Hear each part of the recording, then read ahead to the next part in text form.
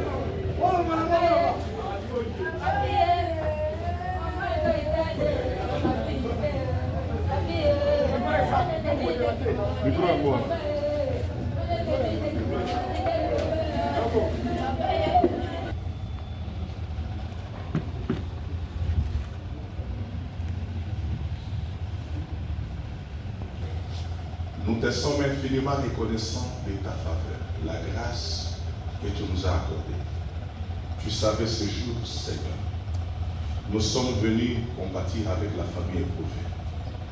Et surtout, pour enterrer ce corps qui était pour notre frère, il a fait son parcours sur la terre, il a achevé sa course. Tu l'as vu toi-même, c'est ainsi que tu l'as retiré. Pour tout cela, nous te disons merci. Bénis la cérémonie du début jusqu'à la fin. Assiste-nous et fortifie-nous. Et à ceux-là qui ont passé nuit, que tu les fortifies ensemble pour que nous puissions être forts.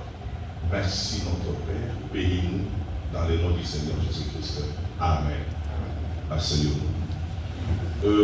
Sans plus tarder, l'Écriture nous dit, nous savons en effet que si cette tente où nous habitons sur la terre est détruite, nous avons dans le ciel un édifice qui est l'œuvre de Dieu, une demeure éternelle qui n'a pas été faite de main d'homme.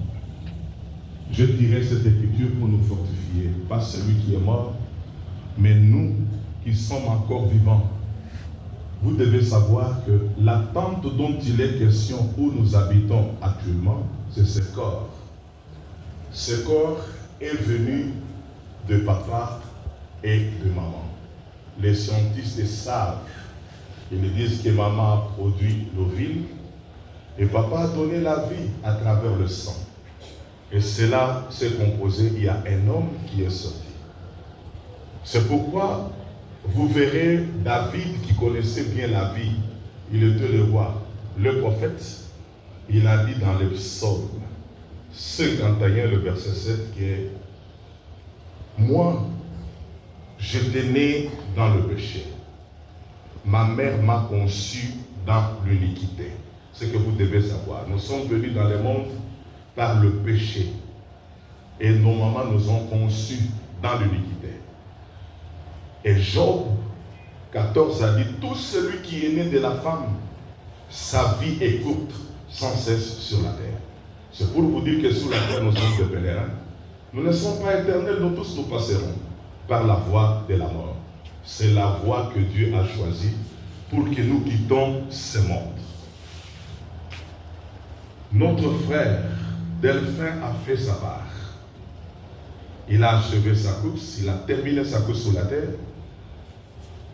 Au moment où il avait rendu l'âme, trois choses étaient séparées. Parce que la composition de l'homme, il y a l'âme, il y a l'esprit et il y a le corps. Le corps doit accomplir son principe de retourner à la poussière. C'est ce qu'on va enterrer aujourd'hui. Tu es poussière, tu retourneras à la poussière. Mais quant à l'âme et l'esprit, retourne d'où cela est devenu. Si c'est l'âme qui croyait la parole, va aller dans l'endroit du repos pour attendre le jour de 1 Thessaloniciens 4 pour se rencontrer avec le Seigneur Jésus-Christ. Si c'était l'âme qui ne croyait pas la parole, cette âme va partir dans le tourment, il va souffrir. C'est pourquoi, bien aimé, l'apôtre Paul nous dit, si cette tente se détruit, parce que quand nous sommes dans ce corps, nous sommes en train de gémir. Pourquoi nous gémissons? Dans l'espoir de recevoir les corps que Christ est allé nous préparer au ciel. C'est-à-dire, après cette vie, il y a une autre vie qui nous attend de l'autre côté. Mais pour y pénétrer dans cette vie et y vivre, vous devez croire la vérité de la parole et faire la preuve de la nouvelle naissance. C'est pourquoi Jésus-Christ avait dit, dans Jean 14, je termine, il dit, que vos cœurs ne se troublent pas. Croyez en moi et croyez aussi en Dieu.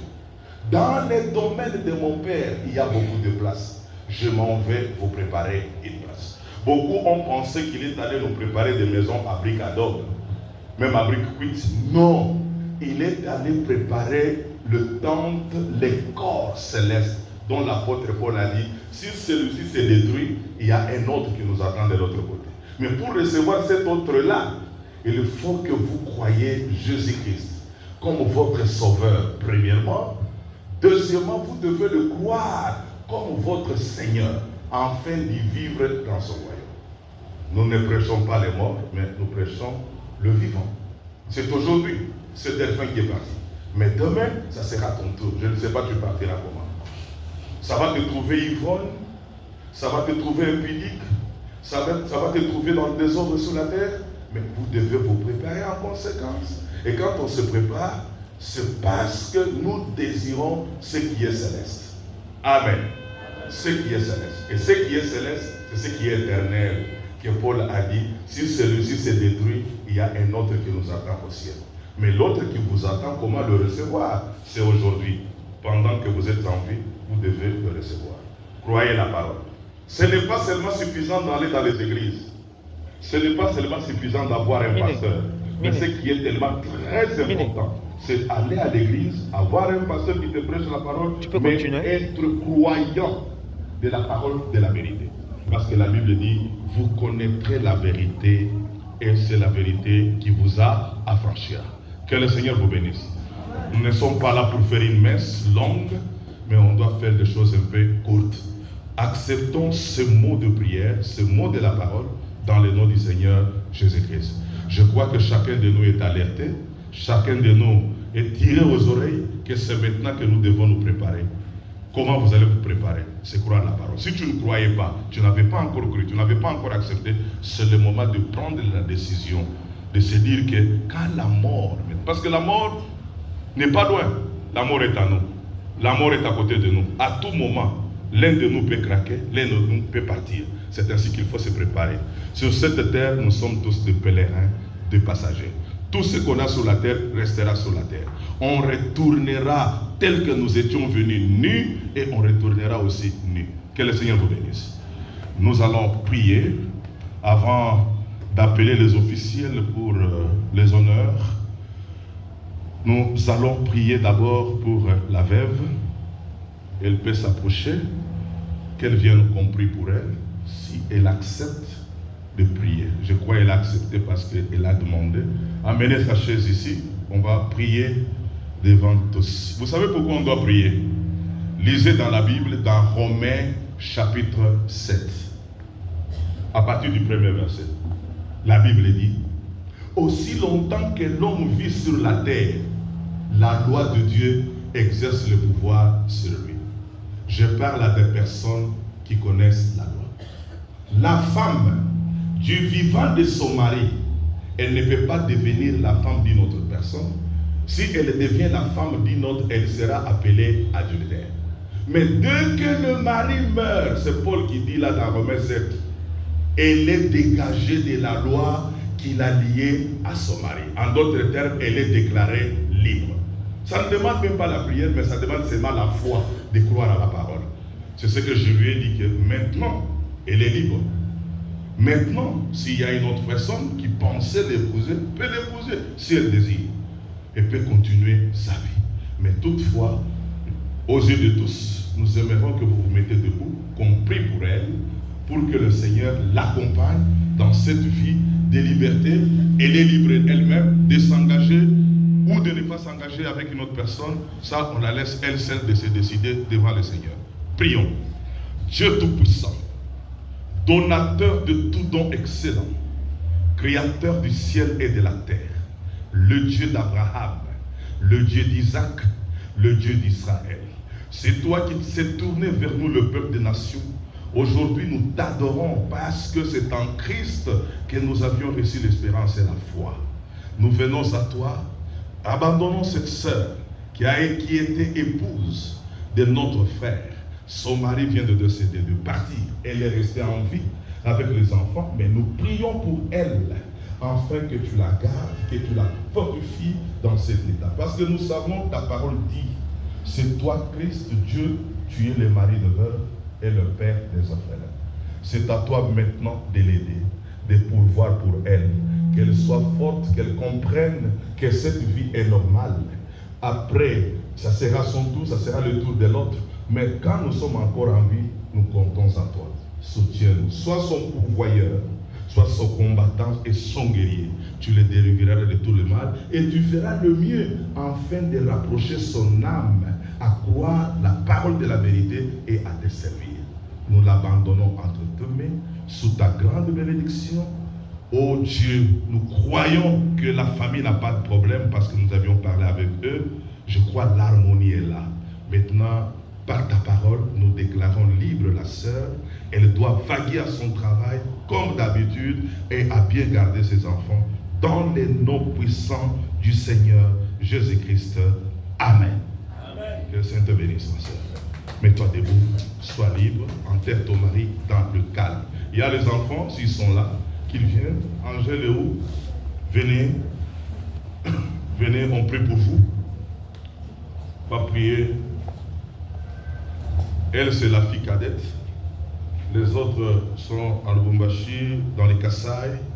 Mais nous prions aussi pour tous les autres. On en profite. Prions. Dieu Tout-Puissant, regarde cette famille qui est touchée, éprouvée. Cette famille, Seigneur, ils sont en train de traverser des moments les plus durs. Mais Dieu, nous sommes des hommes. Nous ne savons pas consoler, Seigneur, parce que bientôt nous allons nous séparer. C'est quand ils vont rester seuls, c'est là qu'ils comprendront. Mais nous connaissons. Dieu, tu n'as jamais abandonné les orphelins. C'est toi leur Père. Tu as déclaré dans ta parole. Sois leur pourvoyeur. Seigneur, combat pour eux contre les diables et que tu les préserves contre tout mal. Ils sont encore jeunes. Je les abandonne à toi, afin que leur âme soit gagnée à toi, qu'ils soient attirés à ta parole pour te servir dans leur vie. Bénis le Seigneur. Ils sont encore jeunes. Pendant ce temps, ils doivent penser aux études. Au moment où ils sont en train de penser qu'il va les aider, les secourir, mais moi je crois que Dieu, tu n'as jamais abandonné les orphelins, tu les soutiendras. Ils vont étudier, ils vont prospérer et ils vont aller de l'avant. Seigneur, parce que tu l'as dit, bien-aimés, soyez prospères à tous égards. Prospère comme ton âme prospère. C'est pourquoi je prononce ce mot de bénédiction sur eux. Ce n'est pas moi qui bénis, mais c'est toi Dieu. Bénis-le, fortifie-les. Qu'ils soient forts, Seigneur, dans ces moments durs et sois leur consolateur. Ne permets pas les démons et les diables, les sorciers, pour venir les troubler dans leur vie, Seigneur. Et que toi sois leur rempart et leur bouclier. Merci, notre Père. Toi, Jéhovah, dans la bataille. Prononce-toi et garde-le, Seigneur, pendant toute leur vie, qu'ils vivront sur la terre. Qu'ils soient dans l'harmonie, dans l'amour ensemble. Ceux qui sont ici, ceux qui sont à Lubumbashi, même ceux qui sont dans les Kasaï, que tu les gardes tous. Dans les noms merveilleux du Seigneur Jésus-Christ. Amen. Amen. Retournez, soyez forts. Voilà. Je ne sais pas. Nous allons passer à la famille. Il y a le mot de la famille. Le mot de la famille. S'il y a un mot de la famille, vous pouvez bénir, dire un mot de la famille. La famille.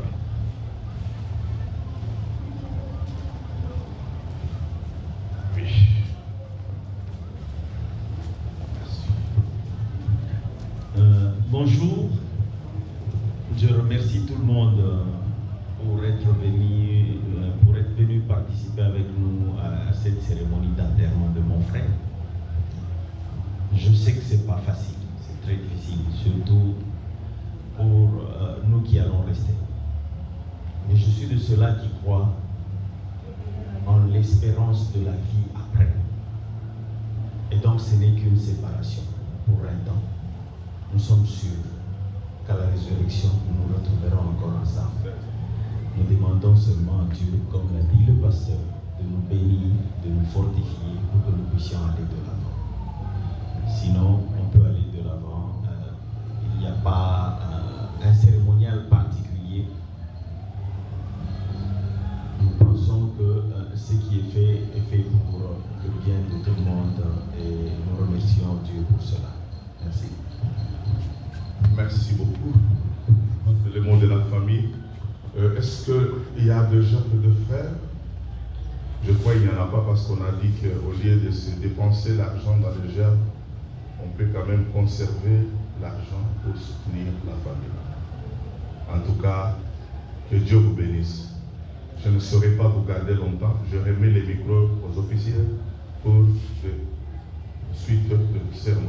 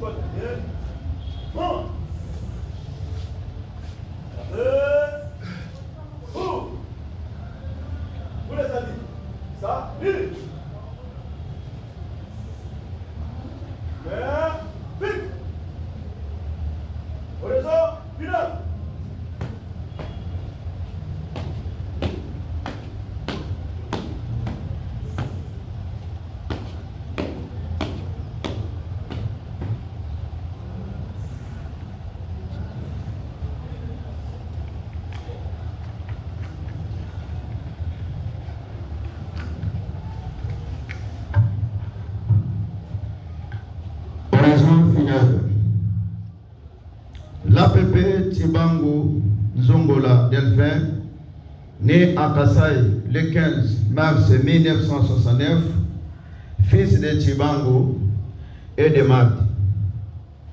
État civil marié à Madame Lucie, père de 6 enfants, études faites, 6e humanité pédagogique, originaire du village de Bakwa, Moukena, secteur Tchilengue, territoire Tchilengue, province Kasaï orientale, nationalité congolaise, incorporé au sein de la police nationale congolaise en date du 4 mai 2006, affecté à Kinshasa l'an 2003, au Siate Irbe Gombe, Siate Lingwala, sous Siate Marché Lufungola.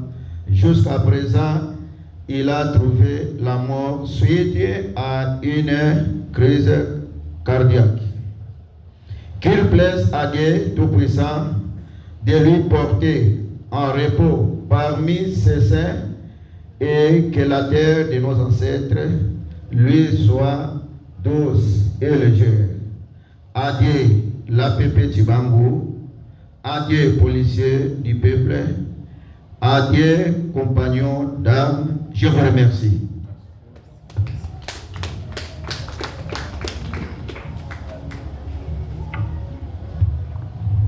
Nous pouvons partir.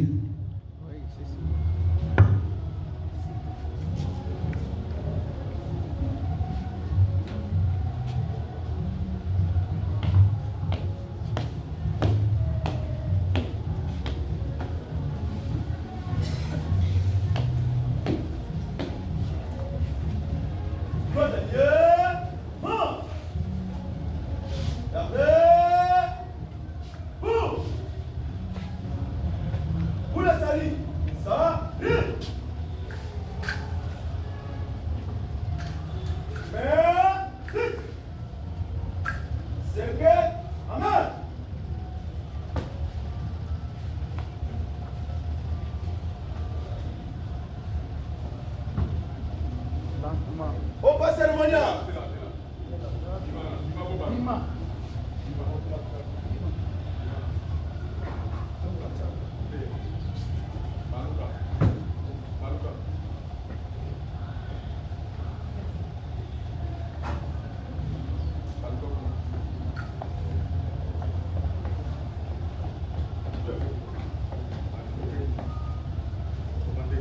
Pompa cérémonial. En avant. Marche.